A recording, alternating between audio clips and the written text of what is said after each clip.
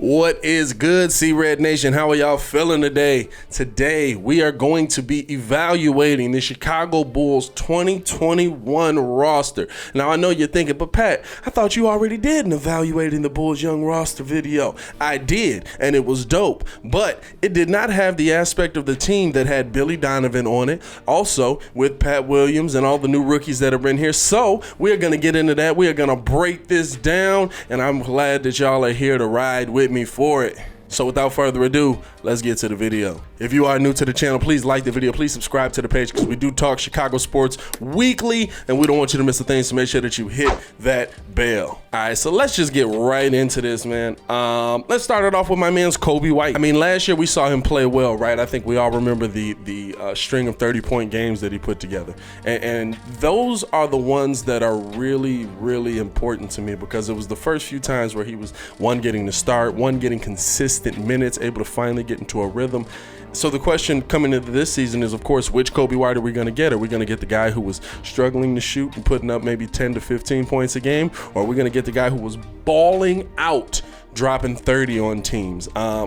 I'm going to be honest with you, with the Billy Donovan aspect in this roster now, we know how Billy Donovan is with point guards. We know that he does a pretty good job working with those younger point guards, developing those younger point guards. He's a point guard guru, I've said. And so I think that Coby White will be able to trend up. Last season, only 13 points a game on 39% shooting, 35% from three.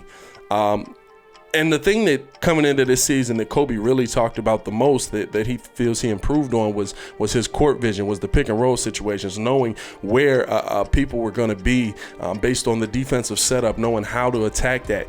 Those are the things that are very key to Coby White being a number one, and is the reason that I really think the Chicago Bulls really didn't go after a legit point guard in the draft, which is the weirdest thing to me. I don't know why fans still think we need this. I don't know what dominant legit point guard I just set up the offense and pass the ball.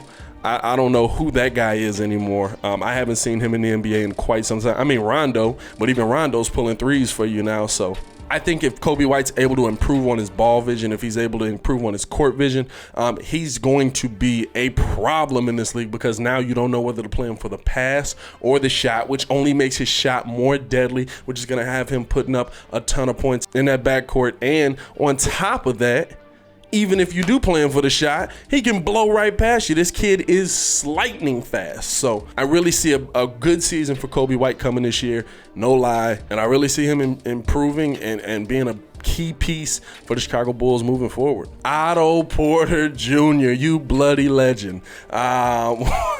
What a legend, you party animal. Jeez, you just gonna pour it straight in there? All right, never mind. Don't even worry about it, man. I'm going to be real with you. If Otto can get on the court, Otto is an asset. But that is the biggest problem. I mean, we've had 2 seasons with Otto Porter Jr., and he's played a total of 29 games. 29 games. He's played a total in 2 years of 29 games. And so if he's on the court, is he an asset? Absolutely. I mean, we know that he's a 3-and-D guy. We know that he can play the defense very well. We know that he's got the shot. I mean, when he was in the game, he was shooting in that 2018 season, 48% from three, 48% from the field. I mean, yeah, that's a pretty big asset if you're able to make something happen with that. But, you know, 2019 kind of never got off of the injury bug. Hopefully he's able to come back in this season and be better, but I really don't know how to evaluate Otto. I think that he would be good with Billy Donovan. He's a piece that Billy Donovan could absolutely use, but you can't say that he's going to succeed if you don't know if he's going to be on the court. I mean, he hasn't had one season in his NBA career yet where he's played all 82 games. Now, I understand players don't really do that as much anymore, but a lot of it is because of injury concerns. Even in that 2018 season when he split time with the Wizards and the Bulls, still only playing about 55 games. So really, really want to just see him on the court more, and that's going to be the biggest thing for the Chicago Bulls. Now, Lauri Markkanen, Lauri legend, the finisher, whatever nickname you have for him, you got to play Got to play better. Got to play better. He's also had some injury concerns. I mean, at this point, we can probably say, as much as you hate to say it, he's been very injury prone. Hasn't played 82 games yet. Like I said, I know Muzz don't do that, but really hasn't played, finished the season yet. 2017, 68 games, 2018, 52 games, 2019, 52 games. Never really able to get himself going in 2019 either, while we saw him out there. And a ton of regression in 2019. Now, with Billy Donovan here, Lauri seems to fit in with his style of play. I mean, he's a big guy who can move the ball, who can put the ball on the floor. And from hearing Billy Donovan talk, a lot of what he wanted Lauri to do when he was watching his film from last year, he was like, Lauri would be standing in the corner and he wouldn't put the ball on the floor. He said that's where he was most dangerous. And that's true. You know what I'm saying? There's a difference, and I'll say this till the cows come home. There's a difference between shooting big man and big man that can shoot. There's a difference between shooting big men and big men that can shoot. Shooting big men, they shoot. They stand out there and they shoot. They are three-point buckets. They shoot. Lauri Markkanen is a big man that can shoot. And the difference is in that Lauri Markkanen can shoot the ball, which makes him a threat, which means you have to run out to him at the three. He's very much able to light you up from down there. But if that's not his main focus, if that's not his main game, then he's even more dangerous.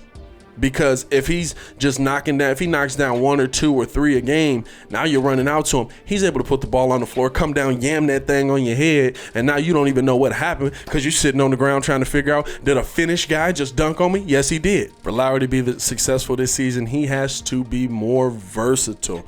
Back to the basket. Bring that drag step back. That drag step was deadly in that 2017-2018 season. Definitely some improvement around the post, but just expanding your game, not being the corner threat, which I think under Billy Donovan will bring him back, will cause him to flourish, which is why I think the Chicago Bulls should get this deal done before December 21st so that he doesn't have this deal hanging over his head. Hopefully they can come together on that.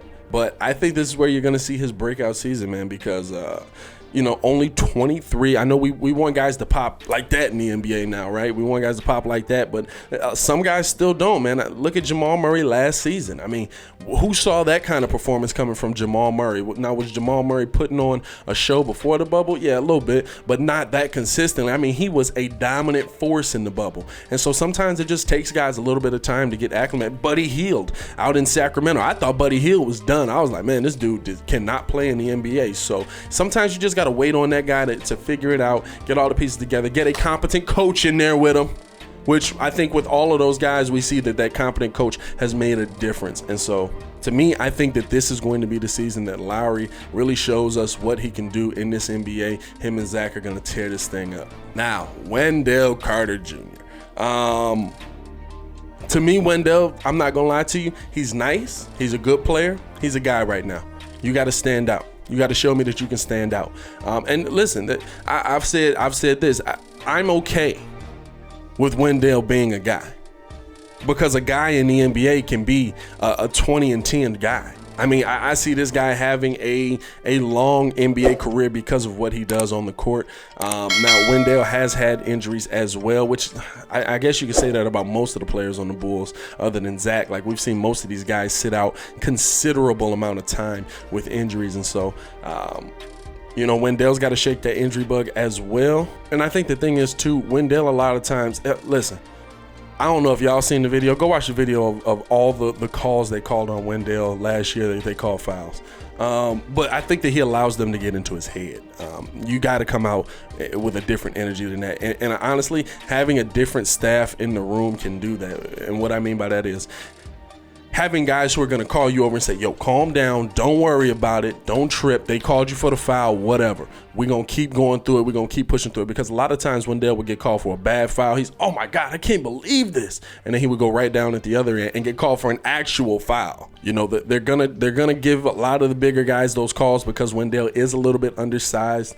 But listen, Wendell, a guy who can be a dominant defender, which the Bulls need. That's why I'm so high on the Pat Williams pick because we need defense. Listen, Zach ain't going to be a super great defender. He can play some defense, but he's not going to be a dominant defender. Kobe White, not going to be a dominant defender. Lauri Markkanen, not going to be a dominant defender. We need a couple dominant defenders in this lineup. And I think with Wendell Carter and with Patrick Williams, Garrett Temple, Otto Porter, whichever one you got in there, you're going to be able to have a nice setup on defense. But it starts with Wendell Carter Jr. because I think that he's going to be the anchor to this team on the defensive end. And that's going to make all the difference. Is he a little bit undersized for the center position? Yeah, 6'9". But he's already said that he feels like the scheme is set up for him to succeed this year. I think just the fact that, listen, you know there's talent on this Bulls team, but just the fact that these guys are feeling better about what's happening on the court, about what's happening in the building, is going to add on to them just going out there having fun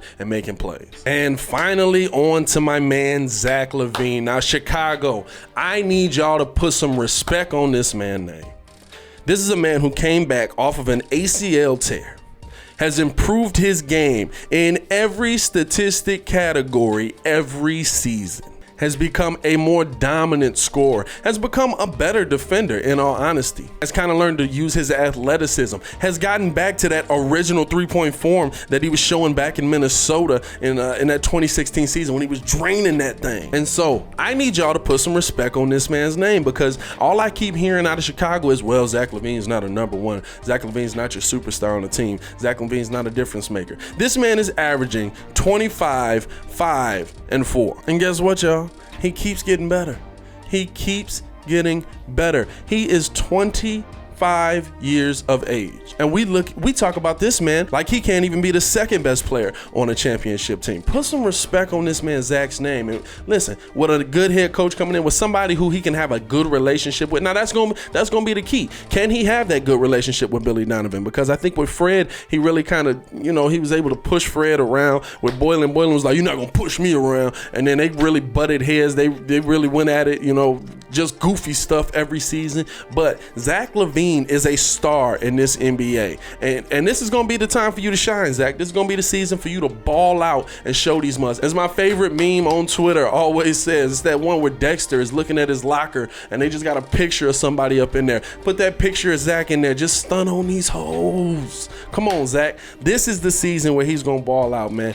I think that the stats continue to trend up. I think that Zach continues to be a player, especially with more weapons around him who are ready to get this job done, and somebody who's going to be able to navigate this lineup, not throwing in Luke Cornett or Cristiano Felicio at a random. I swear to God, if I see Cristiano Felicio, I'm off the Billy Donovan train 110%. I was already I was on it, but I was like, nah, I don't know.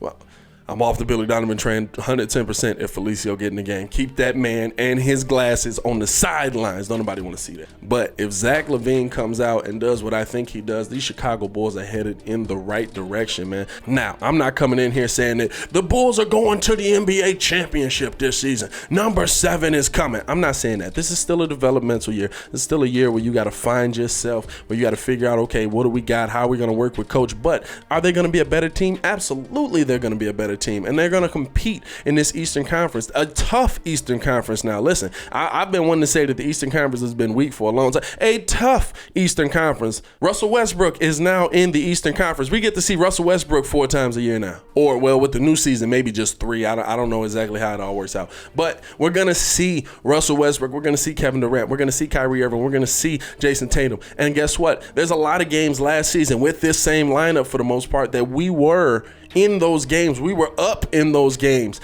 Now we're going to be able to finish those games. I think that's the thing that you can look forward to this season. And Zach LaVine is going to be the number 1 key piece in that whole equation. Now, here's this part of the team that I really want to talk about, because I think that this is going to be the most key to the Bulls' success coming into this season, and that is the bench. I think we saw last year that this bench is going to get some time. They're going to get a lot of work. We saw guys coming off of the bench to be starters last season. Let's hope we don't see that again. But this bench is more solid this year than I think it was last year. A nice mix of young guys and veterans. That's what you want on your bench. This team has a nice mix, a nice chemistry. I like that AK kind of kept guys around who we were like, I don't know about that one, but they fill a role. And in Billy Donovan's system, they're going to fill a role. The number 1 guy coming off of that bench, Thaddeus Young. Thad Young. Listen, we know what Thad Young can do, right? We know that he's not going to be a guy that's going to come out and drop 25 night in and night out, but we know that he's going to give you that effort. He's going to give you that hustle. He's going to give you exactly what you need off the bench. Yes, did his stats drop off last year? Absolutely they did. You know why? Jim Boylan. I don't care. He's a player that I can definitively say Jim Boylan, but you know what Thad's going to bring to the table. I mean, probably looking at a 10 to 15 point per game kind of guy. You know he's got the tray ball to go along with it, shooting about 35% from three, just enough to make you have to worry about him. Shooting 44% from the field last year. We've seen him shoot much higher than that. I think he shot 52% with the Pacers the season before. And he just brings such a dynamic. He's that glue that holds a team together, that brings the team together. And he tried to be that last year. I think that he wasn't allowed to be that as much. And so I think we see a resurgence from Thad Young coming off the bench that we haven't seen with him in a Bulls uniform. I think that he's going to be able to fit into that role, just slide right back into that role and make some nice moves for this team off the bench, be the leader of this team off of the bench. And that's what the Chicago Bulls are going to need. We need some leaders on this team, some leaders that have gone into those playoff runs, that have been in those situations. And so I think that we're going to see Thad do some good things for the Chicago Bulls this year. Tomas Satoransky, listen, I said it last year. I'll say it this year. I'll say it as long as he's on the team. Do I mind Sato? Absolutely not. As long as Sato is not your starting point guard. Last year, they tried to make him the starting point guard. I don't know what they thought was going to be different. This guy's going to take a step. No, he is what he is. Sato's a nice piece. He's a 10 point per game guy. He's a guy that can get hot from three, and career-wise, he has gotten hot from three. I think that in Billy Donovan's system, we'll see that three-point ball come back a little bit stronger this year. I think he'll be more consistent as well, scoring, but, the assist is what he's doing, setting his guys up. And so coming off of the bench, probably playing about 20 to 25 minutes a game. All right, let's do it. You know what I'm saying? Let's see this guy get out here, and when he's out there, what he does is he allows you to be able to leave him out there and you can get some rest. And I think he just fits a better role coming off the bench. You need those leaders off the bench, and I think that the Bulls, like I said, they have a good mix of young guys and veterans coming off of the bench.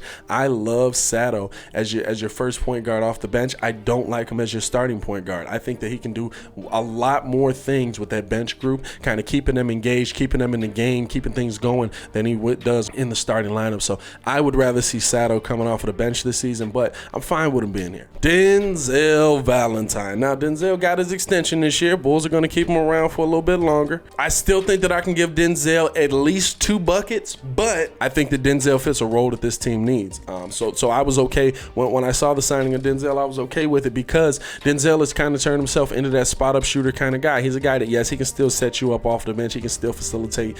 He still has pretty good court vision, honestly.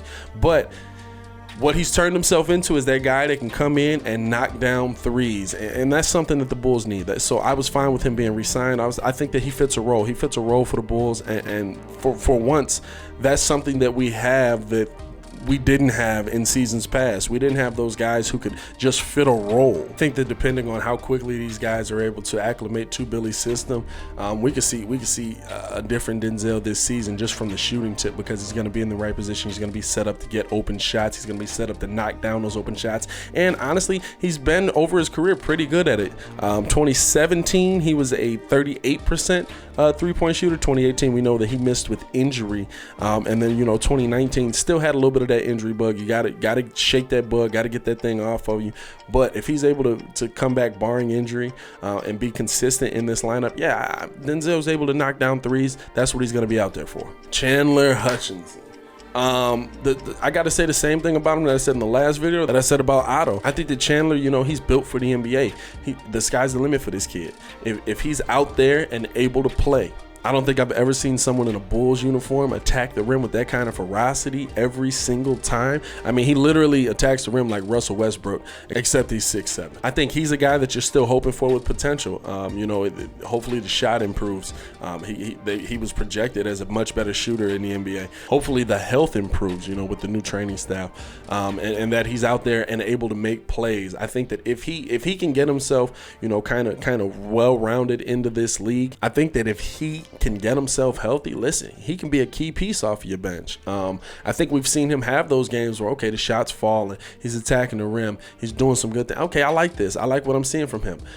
And I think that he just has to be healthy, and he has to have that more consistently. And if he's able to do those things, we'll see some nice improvement out of C. Hutch. Daniel Gafford. Don't even get me started on that man, DG.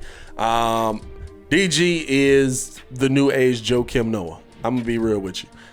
Do I think that DG is a guy? DG is the reason that I was okay if the Bulls did make a move for Wendell Carter Jr. because I believe that this kid is destined to be a starting center in this NBA, and right now we have him on our bench. He's a guy who's going to bring fire. He's going to bring the energy. He's going to bring defense. He's going to be strong around the rim, and he's a guy that we've seen Kobe White mix with well, so I think that you got to get him in the lineup. You got to have a nice mix in and out with that guy there, and that if you give him the opportunity, he's going to take it. Only played about 14 minutes a game last year, 5 points. But this is the thing, 70%. Get this man some more shots. Get this man more involved in the game. 70% from the field. Now, he doesn't have the three-point threat that Wendell has, but I'm going to be real with you. I can live with it because I think that this guy is a ferocious guy around the rim, only 6'10", and still able to do some great things at that center position. Let DG get in the game and do what he's going to do, man. And if you got him rounding out, he fits with both units on this team, really. I mean, he fits with the starters. You put him in there with Kobe White, Zach, Lauri, and either Otto or Pat Will. Listen, he's going to be able to do some things. He's going to be able to do some things. And he can be that anchor on defense that we need. And on offense, he's going to be able to get your shooters open. But if you keep him on the bench with the guys who are coming off of the bench, Sato, Thad Young, Arch, C. Hutch, he can do some things with them too. I mean, it's really whatever you want it to be. You're going to see this kid give it 110%. I love DG coming off of the bench for the Chicago Bulls, man. I think that they got a gem in this kid. Y'all just keep watching. Wait for him to flourish. Luke Cornett. Now, this is a shooting big man. I don't want to see him do anything but stand out in the corner and shoot threes. This is the guy that you leave out in the corner and shoot threes. Not Lauri Markkanen, him. Ryan Arcidiacono. When it comes to Arch, I mean, he's hustle. He's hard hustle and muscle, and mostly just heart and hustle. I don't mind Arch being on the team. I'm cool with it. You know, we let go of KD, we let go of Shaq Harrison, and we kept Arch. That speaks to what the team thinks of him, what the team thinks of him moving forward. Arch is a nice player. He's a good piece to come off your bench. He's nothing more than that. I feel like that we tried to make Arch more than what he was. I like him in the position as a guy coming off of the bench, being the brains of the operation, the setup guy. Okay, we can do this, we can do that. Swapping him in and out with Sato, allowing them to fight for whoever gets the most minutes. Now to the important part, Patrick Williams. Patrick Williams under Billy Donovan. Listen, the transition is going to be tough. I mean, literally, he was drafted, a week ago? And the season starts a week from now. So this is going to be a tough transition for the kid. But I think he's going to be able to make it. I think he's going to be able to do some good things in the NBA. I think that this season alone, we're probably not going to see the heights that his career can reach. But this season alone, you are going to see this kid defensively be a dog because he has that kind of mentality. These guys coming out of FSU have a different kind of mentality. He is going to be a defensive dog for the Chicago Bulls, and I think that that's what's going to get him into a rotation coming off of the bench for the Chicago Bulls. I think that he's going to be that piece that probably fills in for Otto Porter. When Otto Porter is not in the game, he's going to be that piece that is able to come in those late game situations. Maybe not this season, but possibly. You never know how guys translate. You know what I'm saying? And be able to lock down the other team's best player. I think that the ceiling for him that I see, I don't know, because I've seen this kid do so much on tape. It's all about seeing him be able to do it on the NBA level, at the NBA level. But I think that Pat Will is going to be a problem in this league, and I think that he is going to be a defensive problem this season and something that the Bulls need, especially standing next to Zach and Kobe. And finishing the whole thing off, Garrett Temple.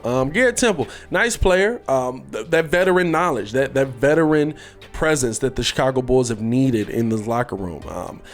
Do I expect Garrett Temple to come out and dominate? No, he's not on the team for that.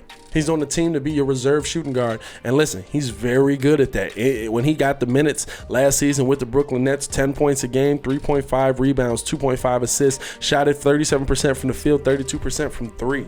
Now, those numbers might not jump off the page and wow you, but if everybody's doing what they're supposed to be doing, that's what you want to see. If everybody on this team is scoring the way that they should be scoring, making plays the way that they should be making plays, yeah, your reserves are able to come in and get the job done. He's a nice, solid piece, a solid veteran that's going to be able to come in, play some good defense for you, be able to give Zach a breather off of the bench. He can, I mean, and honestly, he can come in if you want to go smaller. You can put him at the 3 or put him at the 2, put Zach at the 3. You can do a lot lot of things with Garrett Temple. Heck, you could bring him in and put him at the 1, and he could be able to make some plays for you. So I like the signing of Garrett Temple. I think that he's going to be just a solid piece. I think he fills out this bench. I think he really fills out this bench. And so it's going to be fun watching him this season. And our final piece, Devon Dotson. Now, he's on a G League contract 2-way, so I saved him for last because we don't know if he's going to be going up or going down. We don't know if he's going to start the season with the Bulls or not. When I tell y'all, I am so excited to see what this kid can do at the NBA level. I mean, he got off at Kansas. He was a problem at Kansas. Last season there, 18 points a game, making a jump all the way from 12 points a game. Pretty much started every game they played this season. Didn't shoot the ball as well from 3 last year, but from that mid-range to at the bucket, 54%. And then, of course, his overall field goal percentage, 46%. This kid is going to be an interesting find for the Chicago Bulls. I think the Bulls found a diamond in the rough with him by signing him off of that free agent deal after the draft. And so I think that I can't wait to see what he does at the NBA level. But, ladies and gentlemen, those are your 2021 Chicago Bulls. If I had to evaluate this roster, I think that we're looking at, in a 72-win season, 38 to 40 win team, which is very good. I mean, you're above 500. I don't think that it's going to be a leap to where the Bulls are probably, you know, the number 3 or 4 team in the league, but I could see them fighting for that 6th or 7th playoff spot. You know, I could really see them doing that, and so I think that this team is going to be fun to watch this season. I think that they're going to be competitive. I think it's going to be nice to see a team on the court that's actually just playing in a system. I want to know how you guys feel, though. Let me know how you feel about the 2021 Chicago Bulls. Let me know in the comments below. I will be down there talking with each and every one of you. It is your boy Pat, the designer, back at it again to continue watching our Bulls content. Click the links here or check the links in the description below. Y'all stay safe out there, Chicago. See red. Peace.